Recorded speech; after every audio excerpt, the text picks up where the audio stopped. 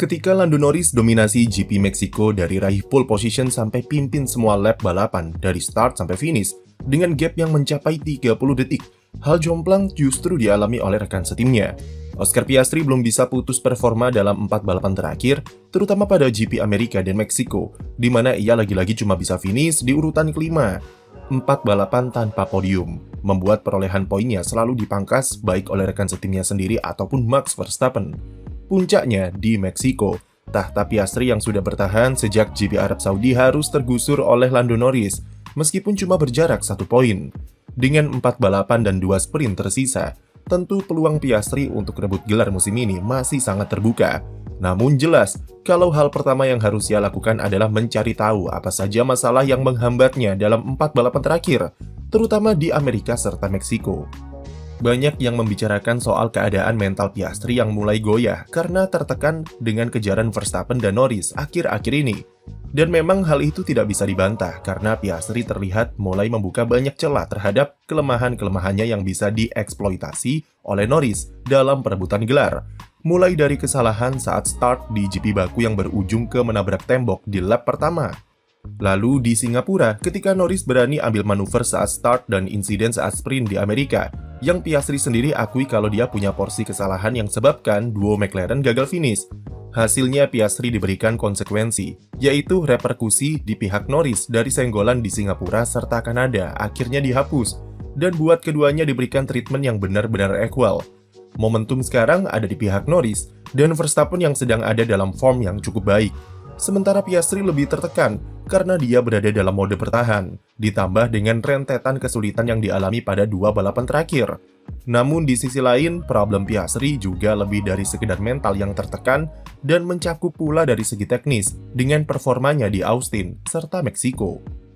Di GP Amerika, Piastri setelah insiden di sprint yang merusak suspensinya, alami kesulitan di kualifikasi dengan cuma start dari posisi 6. Dan esok harinya saat race, dia finish 1 posisi lebih baik karena tak bisa kejar Lewis Hamilton.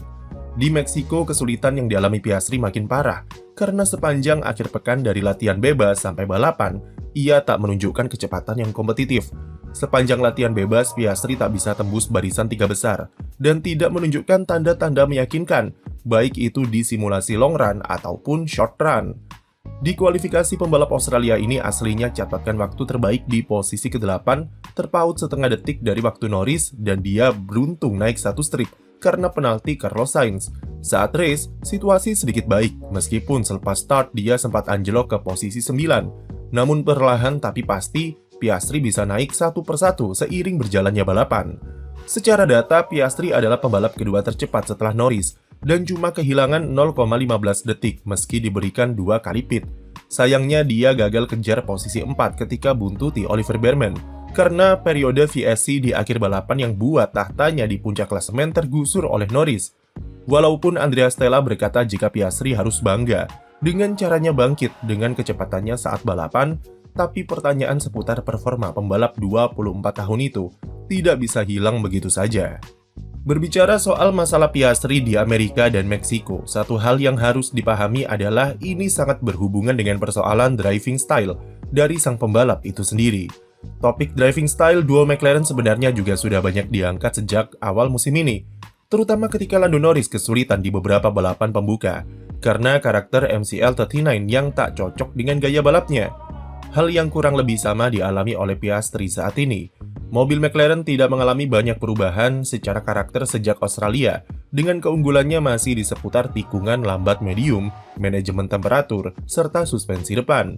Kelemahannya juga masih serupa, yaitu setup window sempit, pengereman yang sulit, aero yang lumayan sensitif terhadap angin, dan harus dibawa dengan gaya balap spesifik serta sampai limit untuk bisa maksimalkan potensinya. Memang, MCL39 adalah mobil dengan potensi kecepatan terkencang di grid saat ini, yang jadi alasan mereka bisa kunci gelar konstruktor 2025 dengan menyisakan 6 balapan. Tapi fakta jika MCL39 adalah mobil yang sulit dikemudikan, itu tidak bisa dibantah dengan beberapa kalinya Norris serta Piastri lakukan kesalahan sendiri. Sama seperti mobil Red Bull yang aslinya memang kencang, tapi butuh gaya balap spesifik seperti Verstappen untuk bisa memaksimalkan potensinya. Di awal musim, Norris kesulitan dengan karakter FCL39, terutama di aspek pengereman dan entry tikungan yang terlalu kaku, sebagai dampak dari elemen anti-dive di suspensi depan yang sangat ekstrim.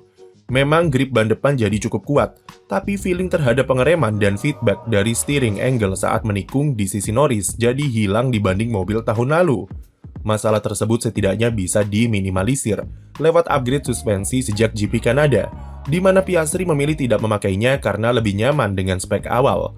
Meski begitu, Norris seringkali masih alami masalah yang sama, terutama di tikungan medium dan panjang.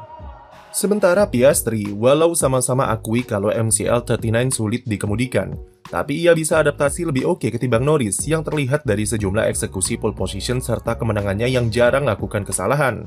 Sampai kemudian masuk ke balapan-balapan di benua Amerika, Piastri mulai merasakan beberapa limitasi di mobil McLaren yang tak sesuai dengan gaya balapnya. Masalah yang dialami di Austin dan Meksiko secara garis besar sebenarnya sama, yaitu karakter sirkuit yang tidak cocok dengan Piastri, sirkuit dengan aspal yang panas serta low grip, lalu tuntutan pengereman yang tinggi serta kombinasi tikungan medium lambat yang menyiksa ban.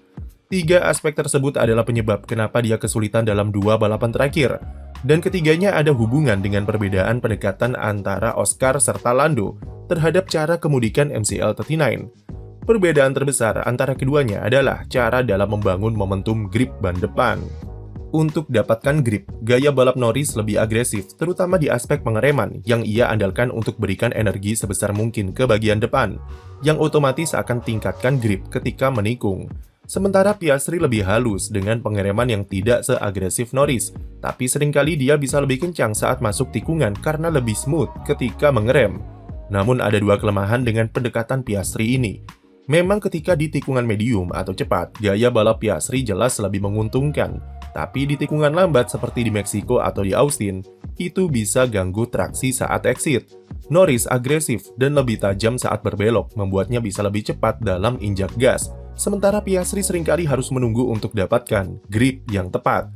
Lalu kedua, gaya balap Piastri yang smooth memerlukan tingkat mechanical grip yang tinggi dari mobil ataupun dari aspal, karena energi yang ia berikan dari pengereman ke ban tidak sebesar Norris. Yang terjadi di Austin dan Meksiko adalah grip aspalnya rendah karena suhu panas, membuat Piastri kesulitan ketika menikung dan mudah alami sliding. Sementara Norris yang bisa berikan energi ke ban lewat gaya agresifnya, bisa lebih beradaptasi di kondisi low grip. Hal ini sesuai dengan data telemetri yang ada dari kualifikasi Meksiko kemarin, di mana Piastri mengerem lebih awal di tikungan pertama dan dia kehilangan waktu di sana. Ketika Norris bisa dapatkan grip dan berani lindas curb dengan agresif, Piastri cenderung lebih bermain aman. Piastri coba lebih agresif di tikungan 4 dan bisa curi waktu dari Norris sampai tikungan 5. Tapi karena tak terbiasa, hal itu membuat ban belakangnya alami overheat dan mulai kehilangan waktu ketika exit tikungan. Di sektor tengah atau di tikungan medium yang seharusnya Oscar unggul, dia malah hilang banyak waktu karena alami sliding dan itu makin parah di sektor terakhir. Piastri di Q1 sempat keluhkan masalah mesin, tapi ternyata itu hanya masalah minor dan langsung diperbaiki, yang terlihat di data di mana Piastri tak kehilangan waktu di lurusan. Data ini juga sesuai dengan pernyataan Andrea Stella, jika Piastri memang belum sepenuhnya familiar soal cara kemudikan mobil McLaren di kondisi low grip, dan Norris lebih unggul di kondisi seperti demikian. Oleh karena itu, Piastri mengaku bingung karena dengan pendekatan yang sama dan mobil yang ia klaim tidak ada yang berubah, tapi catatan waktunya tidak kompetitif. Bisa dimaklumi juga karena dia baru 3 musim di F1. Saat balapan, Piastri atas bantuan McLaren akhirnya coba eksperimen dengan ubah pendekatan gaya balapnya agar lebih kuat di pengereman, atau secara spesifiknya mencari cara supaya Piastri bisa berikan energi yang lebih kuat ke ban depan di aspal low grip. Kami kurang paham detailnya, tapi metode ini berhasil buat kecepatan Piastri jauh lebih baik saat race. Jika melihat balapan di sisa musim ini, sepertinya cuma Las Vegas yang bakal menyulitkan Piastri atau bahkan McLaren secara overall karena grip di sana cukup rendah dengan suhu dingin. Sementara di Brazil pekan depan, lalu Qatar dan Abu Dhabi, Piastri punya peluang untuk kembali ke performanya seperti pertengahan musim kalau melihat penampilan Norris yang bisa dominasi di Meksiko kemarin. Tapi untuk sekarang, jelas momentum tidak berpihak pada Piastri, dan dia harus kembali fokus untuk lebih klinis seperti sebelum-sebelumnya, atau minimal kembali ke barisan 3 besar dulu di GP Brasil untuk jaga asa gelar perdana. Sekian video dari kami, jangan lupa beri like dan subscribe untuk konten F1 lainnya.